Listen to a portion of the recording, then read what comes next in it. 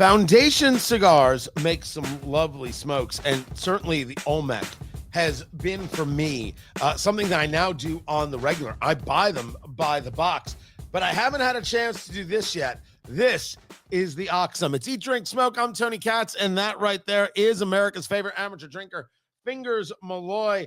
We're doing the Toro right here from Aksum. Now, it comes as a Claro, it comes as a Maduro. We're doing the Claro at a 6x52, which means it's 6 inches long. Always makes Fingers Malloy laugh. And the ring gauge is a 52. That's the diameter of the cigar or how thick it is around. Again, with the laughter. So really, you're having a conversation about in a Maduro, you would have more fermentation of that wrapper. You'd have a little more richness in flavor. I don't expect to have a problem with flavor here. I'm just discussing what is. This also came as a pigtail. So we're talking old school here. Do you have yours? Did you take yours off already, Fingers?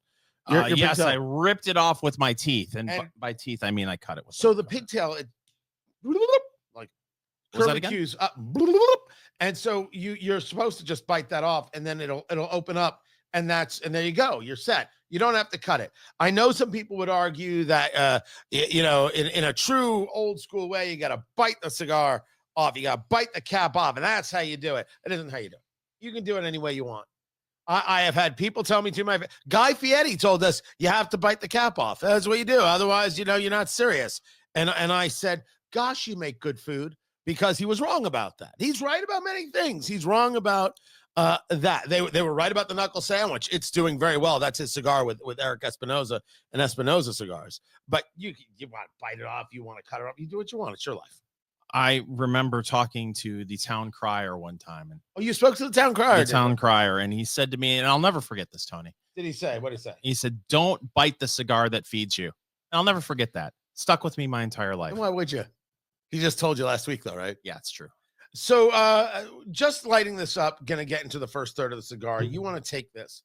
You want to break it up into thirds in your mind. First third, second third, final third. Get a notebook. What did you eat today? What did you drink today? You want to write this down in your notebook. The weather, stupid cold in Indianapolis, Indiana, like many parts of the country. It is February, by the way, but this has been stupid, ugly, embarrassing, hate your mother cold. I am really getting tired of this. It was 3 weeks ago. We had a day where it was almost 70 degrees. And to go from that to this ridiculousness where it is 3 below zero when you go out to warm the car up in the morning, it needs to stop. You gotta get one of those cars where you can do it right from your phone. I do, but I don't like bragging about having one of those, because I want people to think that I'm a man of the people. You are a man of the people. These days, that's being a man of the people. Having the automatic start and the warmer upper. No, you got to have the crank in front of the car. Oh, that's man of the people? Yeah, it is. That's not the kind of people I want to be around. So you want to take this, break it up into thirds, and then each third, what are the flavors that you're getting? And then write those down, right? What is it that you're experiencing from the cigar there? Then you take that and you compare it to, let's say you have the cigar 3 months from now, 6 months from now, a month from now. You do it again, right? What is that flow through? What are the flavors that you're getting again? And then you compare them and you're like, okay, that's what I really got out of the cigar. That's how you learn your palate, right? So you understand what's in the cigar, what kind of wrapper it is, what kind of binder, what kind of filler, and you start finding things about cigars that you really like. We just lit this up in the first third of the cigar. Just started. Fingers Malloy, where are you? Well, first of all, the hand feel is fantastic. There's a little bit of heft to this stick that I'm a little surprised by. It feels a little heavier than I thought it was going to. I like the hand feel with that box press kind of feel to it. Yeah. I'm getting, we just lit this. We're just in the first third of the first third. A little bit of wood, mild spice, and that's really about it. Mild spice is a nice way to put it. I feel like there's a little bit of red pepper as opposed to, let's say, a black pepper, right? It's a little more direct and focused and intense. I happen to love earthy in a cigar. I like rich. I don't mind dirt. I love that kind of feel. There's no scent of the farm on this. The scent of the farm is when it's one of our words. You take a little whiff, take a little sniff. You take a little, like one of those right there, like you really hung out at Studio 54 in the 80s, and you want one of those. and you're like, "Ooh, that could have comes from something freshly deposited," right? Sometimes because you're talking about tobacco, it can give you that kind of odor, and I don't or smell. I don't mind that in a cigar in the slightest. This does not have that. I don't know why it made me really get into the details there. No, I thought you were going to say it makes you say, whose horse is that? So this is no one's horse. But you're right about hand feel. You're right about the look of this cigar, by the way. This is a paler, not a pale brown, a paler brown, a true brown. There's no black in here. There's no modeling in here or anything else. The cigar has a little bit of oil, but nothing to write home about. Actually, I take that back. In some places, it seems dry. In some places, it seems slick, but it's a very, very pretty classic brown to it, but it does feel excellent. The box press is working beautifully on this, and it does have a little bit of heft. It does have a little bit of feel to it, Fingers. Yeah, and that spice for me is just starting to pick up a little bit. I'm pairing it right now with a nice steaming hot cup of joe, and very happy about that. And Tony was gracious enough before we started the broadcast, popped his world famous homemade popcorn. That is what I do. The secret, heat. Wow. If you don't heat the oil, you got nothing. You make the complex simple, my friend. Try my best. This is the Aksum Claro Toro here, 6x52 is what we're smoking. Foundation, you do good work. You do good work here. The spice is there. The spice does not overwhelm. The spice has not yet built, but we've just really started this. Ask me in the second, third where we are with this. It's the other things that are playing with it, not competing with it. Sometimes you'll have a cigar where the flavors are competing. Certainly that's true in bourbons. That's been our experience. This right here, nice complementary. That earth getting in there with that spice. You had said there's a wood. I'm not necessarily getting that. I'm not experiencing a wood note on this. What I'm experiencing, what I'm feeling is just a nice, easy going, but full smoke, which is weird because they view this as a medium cigar. I may get that strength wise after we smoke it. Flavor wise, there's a little more happening. Yeah, there is also, so far, we have, like I said, we're just in the first third of the first third. That draw is really, really easy. It's a nice, pleasant smoke coming off of it, and too. We did this at utilizing their pigtail. So we did not cut this. There's no straight cut across. So by definition, there's only so much of the cap that comes off with the pigtail. So you have a little more intensity to the draw, but not missing a beat or an ounce here. I did cut mine. Did you really? Yes. Oh, yeah. I'm sorry. You suck. Yeah. Well, you have to turn in your man card now. How many pigtails have we had where you've cut it? I've seen you cut plenty of pigtail in your day. Never. How dare you? How dare you? Next thing you know, you'll be siding with the communists. Turning Eat, Drink, Smoke into your own den of lies. Well, it is our show. We can do what we want. This is Eat, Drink, Smoke. Let's Go Bourbon or Let's Go Barbecue, Let's Go BBQ.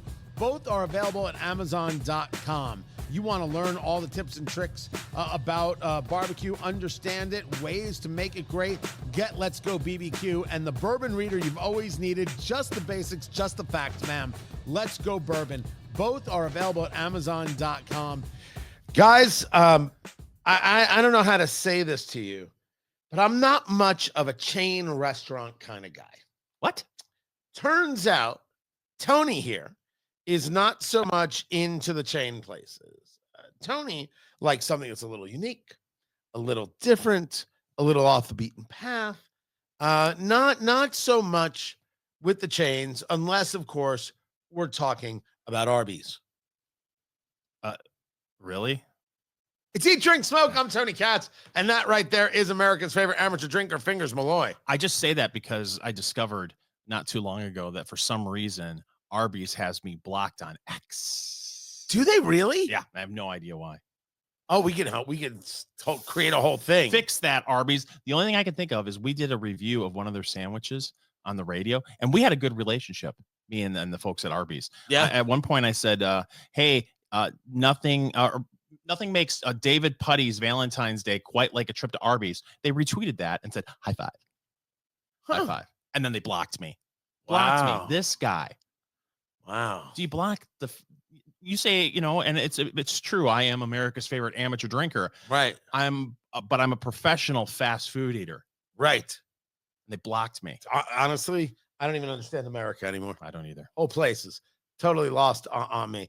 No, and Arby's is fine. Hardee's is my guilty pleasure, which is Carl's Jr. on the West Coast. The burgers, chicken tenders, total guilty pleasure kind of place for me. They were the first to really embrace the low carb burger.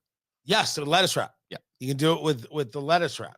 But I'm not a guy who does the chain places. But Fingers Malloy said, well, that's your problem, Cats, because lots of people do the chain places, and these are the 10 favorite restaurant chains in America. And according to this article from the people at Eat This, Not That, you, Fingers Malloy, as I get all choked up just thinking about it, you'll be shocked to learn who's number one. 7-Eleven. Who can afford to go to a restaurant anymore? Well, there's that. The mortgage rates crossed 7% again. The interest rates are not getting cut. Jerome Powell's already been clear, the chairman of the Federal Reserve. And I know people want to play this politically. I'm not interested in that conversation because we don't do a political show in this show. We do lots of politics in our life. Do Fingers Malloy and I. But we just don't do it here. It's going to take a long time to work. But, tariffs make things more expensive all the way across the board. Yet tariffs are a tactic to try and negotiate better trade deals. So it's temporary stuff, you would certainly hope. But if you've got a 25% tariff on aluminum and steel, beer and soda is more expensive. Beer and soda is more expensive. The can's more expensive. There's nothing it's just the way it is. There's no conversation about this. And the egg thing is ridiculous. Ridiculous. I was at the grocery store yesterday. I don't know if you have purchased eggs in a while. We bought some at Costco, in Costco, I think one package, it's like seven dozen eggs. I'm pretty one sure. package is 18 eggs at Costco. Well, wait, the way we buy them, we buy the 18s. What, do you buy the big flat of eggs? The big flat of eggs, but I was at a local grocery store yesterday, and I think it was $7 for a dozen. It's nuts. And this has to do with bird flu. And what we do when there is bird flu is we kill the chickens. We kill these egg-laying hens.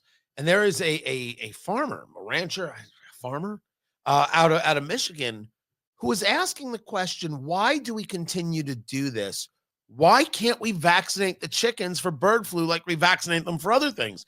And I said, first things first, we vaccinate chickens? I didn't know that. I don't think I should be surprised. There are lots of things we do in livestock and agriculture, things like this. It makes sense. That's not how I thought that they fought bird flu. I thought that they got them little masks. That's not they put them for their beaks. Yeah, cover the beak. Little beak mask. Yes, it's not how it works. It's not even science. Drat. Wait till you learn about how the masks work. But it's an interesting conversation because our response is to kill the chickens. Well, millions and millions and millions of chickens are being destroyed. And so supply and demand is very real. And that's why you're seeing the price go up. I have a friend, a baker in Indianapolis, Cindy Hawkins, Circle City Sweets. Fantastic spot. She has calculated that for her bakery, just eggs, she will spend an extra $20,000 this year. Wow. Just eggs. Price of butter is up, flour is up, everything is up, and it's not going down because the inflationary pressure is still there. Everything that happened in the previous administration did not do anything. It actually worked the opposite because there was no real push made to bring these things down, to thwart these inflationary pressures. President Trump sees the economy differently, so consumer confidence is certainly higher, but now you've got the tariffs and other things, and you're dealing with the reality of supply and demand. So we've got a ways to go in this economy. But when I ask the question, who can afford to go out to eat? I'm not kidding. It is unbelievable. We did takeout 2 days in a row. 2 days in a row we did takeout. We take out a mortgage? No, but we use coupons. There's three of us in the home. I got Subway the first night, and it was 3 subs for $18. And then the second day, I thought to myself, well, interest rates have come down a little bit in the last 6 months. I'm going to go get Five Guys. And holy cow, 3 people eating at Five Guys, it's a small mortgage. When I say I don't know how people do it, I truly mean it. Although the idea of ordering dinner and it being Subway, I must tell you, I don't know how that works. No? No. Make a sandwich. Why would I do that when I can go have someone make it for me? A sandwich specialist, Tony. Sandwich artist, perhaps? Yes. I wonder if Subway is in the top 10 favorite franchises in America. All I know is there was a Wall Street Journal story about how everyone is trying to figure out where the price point is to get people back in snacks, in cigarettes, garbage bag, everywhere you turn. People are trying to figure this out. So when I look at these places, I'm like, I don't even understand the list, right? Voting for something that's your favorite is different than whether or not that chain is doing well. So number 10 is Texas Roadhouse. I do dig Texas Roadhouse. Yeah. Yeah. They got the rolls. Yeah, so that's good. Yeah. Bread. Fill yourself up with some bread before you eat that steak. My father, rest his soul, was a Texas Roadhouse guy. I think I've been there twice in my life. Wow. Twice. Bahama Breeze Island Grill is number 9. I only thought that was in like Orlando. I thought that was pure tourist. No, we had one in Central Indiana for a while. But I believe it went out of business. Wasn't the favorite here in Indiana, apparently. Smoothie King comes in at number 8, and Fogo de Chao at number 7. I like Fogo de Chao. They come around with the Brazilian. It's the Brazilian. What do you call that? Charcuterie. Brazilian. I don't know what it is. It's they just feed you meat. It's a meat pyramid. That's isn't all it? It is. Yeah. Brazilian steakhouse. That's it. Oh. And they just keep bringing you meat and bringing you meat. And it goes through this list. We'll have it all there at eatdrinksmokeshow.com. And number 1 on the list, Nothing Bunt Cakes. Bunt cakes. There are probably 4 of them in the country. No, there's one here. There is? I can send you that right now. Bunt cake is the number 1 thing. It's the number 1 chain. Bunt cake? Why am I just learning about this now? Do you know what a bunt cake is? Yeah. It's a cake made of bunt. It's not. Oh, it's not what it is. It's not what it is. Bunt cake. I didn't even know that was a restaurant. Yeah. Cake is a restaurant. This is Eat, Drink, Smoke. Eat, Drink, Smoke. It is your cigar, bourbon, foodie extravaganza. I'm Tony Katz. That right there. Way taller than me. I don't know. You're looking much taller than normal. I did 3 sit-ups today. That's America's favorite amateur drinker, Fingers Malloy. Don't forget our books, Let's Go Bourbon and Let's Go Barbecue. Let's Go BBQ. Available at Amazon.com. Get your copies now for Easter. Yes, absolutely. You need to order them now because the folks at Amazon told me that supplies are limited. So if you want that copy of each, if you want that copy of Let's Go Bourbon and Let's Go Barbecue by Easter, you want to order that copy today over at Amazon.com. Smoking from Foundation Cigars. This is the Aksum Claro. This is much bigger than I thought it would be. The spice is absolutely building as we're in the first third. That's real. That Fingers. It's the absolute same for me. It has not built at all. All right. Really? Yeah. But the problem is you cut yours. I did the pigtail like a man. That's probably what it is. Or also it's the fact that I am taking a sip of my coffee every 3 seconds. Now, for you, you're just letting the intensity of that cigar hit your palate. Way more like this I think they categorize this as a medium cigar. And yeah, it's playing bigger. Now, I love Connecticut broadleaf. Don't like it. Love Connecticut broadleaf, which is what the binder is here. But that Ecuadorian Sumatra seed there, which is what this wrapper is. It's bringing it, man. The whole thing is bringing what I can only describe as is big spice, much bigger than I thought it would be. I'm not complaining about it. This is more than I personally enjoy. Wow. This must really be because you are barely drinking anything, because I am not getting that at all. I've got a little bit of spice, a little bit of that wood that I was talking about. It really hasn't changed all that much. But we're still in the first third of the cigar. So I'm assuming if it's hitting you that way, I'm assuming as I get to the second third of the cigar, I'm going to get much more of that spice. Maybe I won't. Possible. Yeah. Possible. And we're different people, and you're allowed to get the cigar, take the cigar anyway that you want. 6x52, the Claro. They also make it as a Maduro does foundation cigars. Your choice in how you want to get it. I will try it absolutely as a Maduro. That might add a little bit of sweetness and a little bit more my profile for sure. But the construction on this thing, 10 out of 10. Beautifully done foundation. Very, very pretty smoke. But it's time, fingers, Horatio Malloy. Why Horatio? Why not? It's Tiberius. It's time for news of the week. Tony, Mexican President Claudia Sheinbaum accused Google of violating the country's sovereignty and even leaving open the possibility of a lawsuit. Is this about Gulf of America? Yes. Ay, que fault. Look, you know what's really great, Tony, is that you called it Gulf of America, but The Hill called it the Gulf of Mexico. Oh, thehill.com? Yes. Listen, have your fights, people. Have your fights and move on with your day.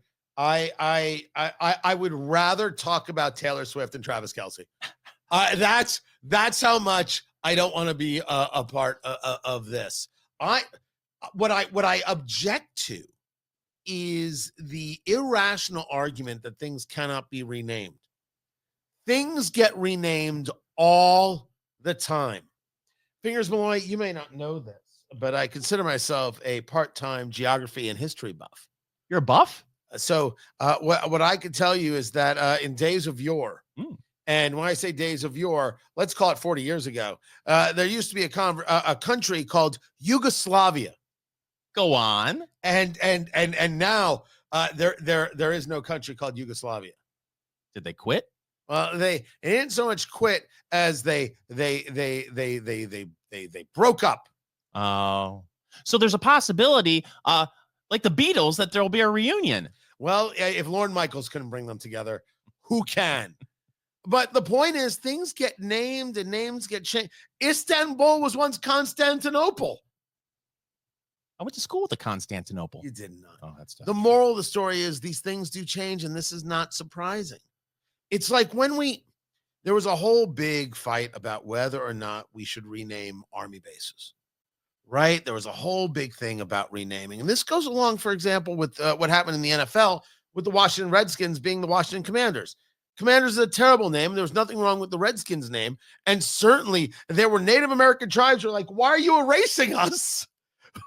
We have a connection and the image on the helmet and everything else. And let's be honest, too, after they got rid of the Redskins name, they went by the Washington football team for a year or two. The Washington football team is a much better name than the Washington Commanders. By 1,000%. Calling yourself the Washington football team, I think is cool. I could have lived with that. Things do indeed change, sometimes for good reasons and sometimes for bad reasons. If we're going to call it the Gulf of America, I'm fine with that. It has to be the Gulf of Mexico because it has to be. No, this is people being politically angry and outraged. And people were outraged when Mount McKinley was named to Denali, which is a more traditional name for Mount McKinley. But how dare you name something after the former president? So here's where they'll get into history and all that. Here's where I'm going to agree with you and disagree with you at the same time. Don't make me angry. I have no problem renaming the Gulf of Mexico, the Gulf of America, where I think the president has really made a mistake here. They should have done corporate sponsorships. The Gulf of Lucas Oil, the Gulf of Chrysler, even though Chrysler doesn't exist anymore. Just follow me on this logic. The Gulf of Gulf Petroleum Company. Why wouldn't they do something like that, Tony? Bring in some cash. I would have paid money for the Gulf of Fingers. How much? $20 at least. See, and you know what? Cash money. Well, cash money. Cash. And the budget deficit would have been $20 smaller. What are we getting out of the Gulf of America? Well, sell the sponsorships, darn it. This is America. Pride. Because I know that you were thinking that without it being called Gulf of America, you were like, I don't know if I love my country. It's true. But then also, there's a part of me that really doesn't care about this because I won't go in a natural body of water like that. What? I have no interest in going in a natural body of water. No. Like you've never been in the water at the beach? One time I fell out of a boat. What? Yeah, that's it. That's the only time I've been in a natural body. I'm amazed you were on a boat because I know how you feel about cruises. Well, this was a regular size boat that you get in and you go really fast. I think they call it a speedboat. Is that what they call it? Okay. And we hit a sandbar and I went flying and I landed in the water. And that's the only time I've been in a natural body of water. They have swimming pools, people. That's where it's at. What about a saltwater swimming pool? Best of both worlds. Yeah, I could see that. You don't have to worry about the chlorine burning your eyes. Do you know how much my wife and I don't fight? We have fought about whether or not to get a pool. We have the backyard for it too. Like it would work. Oh yeah, absolutely, it would work, and you would be the most popular people in the neighborhood. And much like the two, what do they say? The two happiest days in a boat owner's life: when you buy it, when you sell it. Oh, I'm not getting a boat. I just want friends with boats. What I really want is friends with private planes. If you have a private plane, hi friend. Exactly. Hi. But do you have cottonwood trees around here? I do not have cottonwood trees. You're very lucky. You are so angry. You are still so angry. Going back to Gulf of America, though, I don't. If they want to rename it. To the extent that I know whether or not the president has the authority to do it, I don't. But now the question would be, who has the authority to do it? Call Gulf of America if you want. It's fine by me. Do you have to petition the world body of Gulfs to? I don't think you have to petition anybody. Google obviously changed the name. Mexico is infuriated by it. So what are they going to do? Not let Google into the country? Is this the plan? Well, I guess we'll just have to. You know what we should do? We should get Claudia Scheinbaum on the show and ask her directly. She might be busy. Not too busy for Eat, Drink, Smoke. Yeah, you're right. She's not too busy for Eat, Drink, Smoke. Nah. Who is? This is Eat, Drink, Smoke America.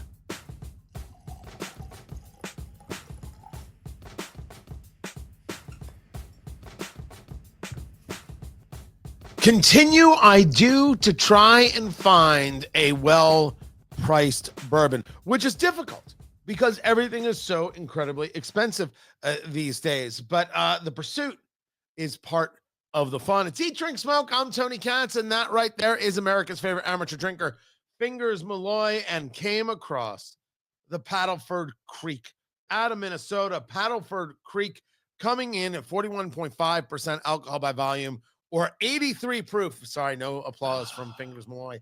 He doesn't applaud for anything that isn't over 100 proof. You have to be 80 proof to be bourbon. So this just sneaking in right there because things have been so expensive. And bourbon absolutely has been dealing with this. I've just felt compelled to try and find some things that are at a little bit of a better price point. It's not that I'm searching for cheap. I'm searching for understanding where opportunity lies. I'm never a guy who worries about the dollar on my cigar. Never. But I certainly have been feeling lately that a cigar is $18. I wish it was $13. The cigar is $30. I wish it was $20. I do find myself saying that. I just think that for so many people, the economics are ruling, and I want to see bourbon and cigars and food and everything else thrive and prosper. I do as well. And, you know, we've been reading stories about how you're seeing distilleries sounding the alarms about how, the bourbon bubble may be bursting. And so I think part of it is because everyone's dealing with, this inflationary cycle that we've been in for quite some time, and everything's more expensive and people are making hard choices. So if we can find something that's a little bit more budget friendly, trying our best for it. Trying our best. So this Paddleford Creek right here, this is very, very pale gold. This is very pale gold. We've got this in the Glencairn glass, right? It's got the foot, then it bows out, comes back in. You can really concentrate it, get your nose in there, get a sense for it. Look, move it all around. I mean, it's pale. You said it looks like a flat beer. Yeah, it does. It is exactly what it looks like, and there is no real viscosity there sticking to the glass. The nose on this, Paddleford, Paddle, like a paddle on a boat, Paddleford Creek. Boy, it is. You really have to get your nose in there, right? I mean, there's nothing that. Yeah, no, it not didn't. strong. You didn't pick up any kind of nose away from the glass. Sometimes things are really pungent. That is sweet. Yeah.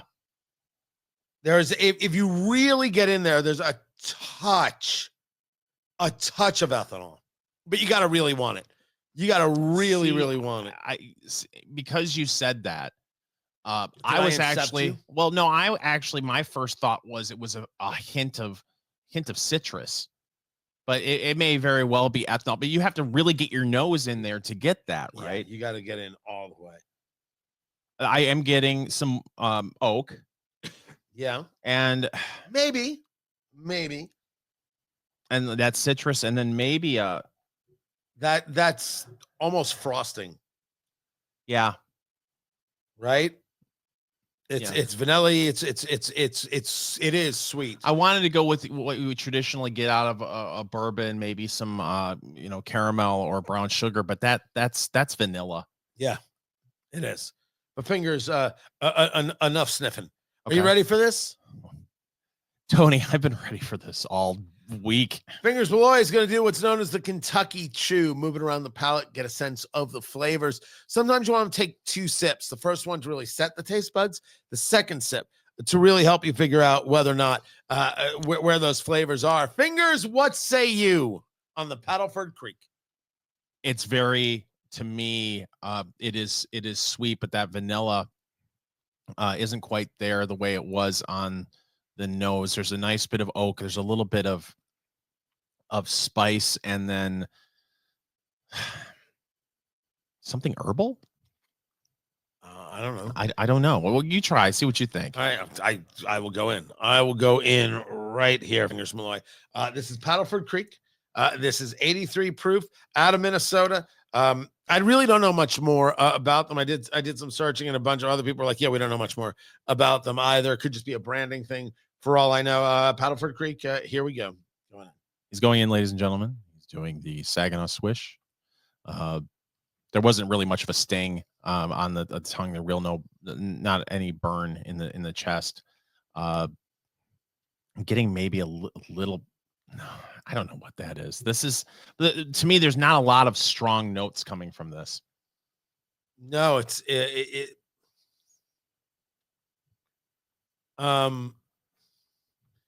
no, that is very I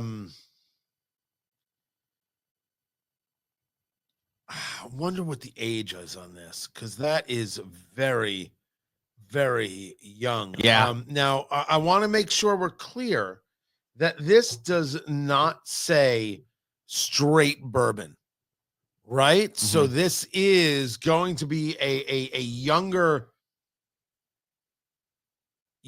kind of thing, right? To be straight, it has to be aged for at least 2 years. Now, understand that bourbon, 51% corn, has to come in and out of the barrel at certain proofs, but it can go into a barrel and then out of a barrel immediately, and it's considered bourbon. What I see here is something that is outrageously young. That's what I get from this, that this is something that was moved quickly off the shelf. That finish is not playing for me. That finish is kind of watery. Just sitting there, not moving. First of all, there was no heat. There was a slight sting on the tongue. You didn't even feel it. Really, the nose is nicer than the. I was just about to ask you, do you feel like it's much sweeter on the nose than on the palate? Yes, and it did have a little bit of sweetness. There's no real oak that's presenting itself in a level of a strong way here. It's there. Yeah. That's all there is. It's just there. And maybe why, Fingers Malloy, we should ask. We didn't even discuss the price of the cigar, by the way. It was in our humidor. We'll get to that. Is this bourbon in your liquor cabinet at $24.99 a bottle? I mean, it's not objectionable. My choice were that and nothing else, I would probably purchase it, but I'm not going to seek it out. If we're going to compare this to what we just did last week, the Cliff Falls at that price all day. Yes. All day. Yeah. Maybe this would be good as a mixer. You know, you got something you can just throw in with some other things. I think you're exactly right. Right. But we even said that about the Cliff Falls, right? For your old fashioned with that orange. But yeah, this is it's just there. It is just very there. And I take that to being, it's okay. You can sometimes find younger bourbons that have value. That's what I think is happening. I think it's just a very young piece that didn't have enough time in the barrel. When you put it in the just there category, I feel like that's the kind of thing that goes in a cocktail. Right. Because if I'm going to be at this price point, I'm going Old Grand Dam 114. I want to feel it. Exactly. And I think it's a better flavor. Most definitely. I would never compare this to Old Granddad 114. Right. Just there. Pleasant, just there. That's how we can describe it. The Paddleford Creek Bourbon is what we drank today. $23 to $25 a bottle, 83 proof. You want to use it as a mix? Feel free. It was just a very basic, small presentation.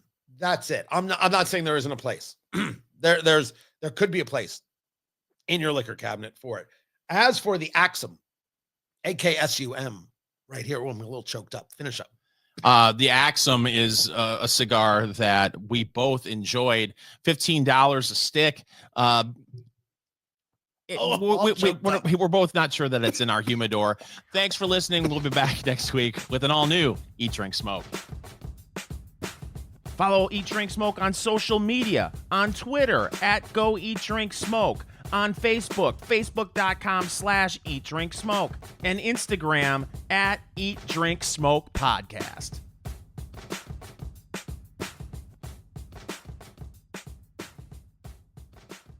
Hey, you made it all the way through to the end of this video. We're proud of you. You should watch more of our videos. Make sure you subscribe right there to Eat, Drink, Smoke, wherever it is you get your videos, on YouTube, on Rumble, and don't forget Instagram, Eat, Drink, Smoke Podcast, where we've got the shorts and some very cool things going on.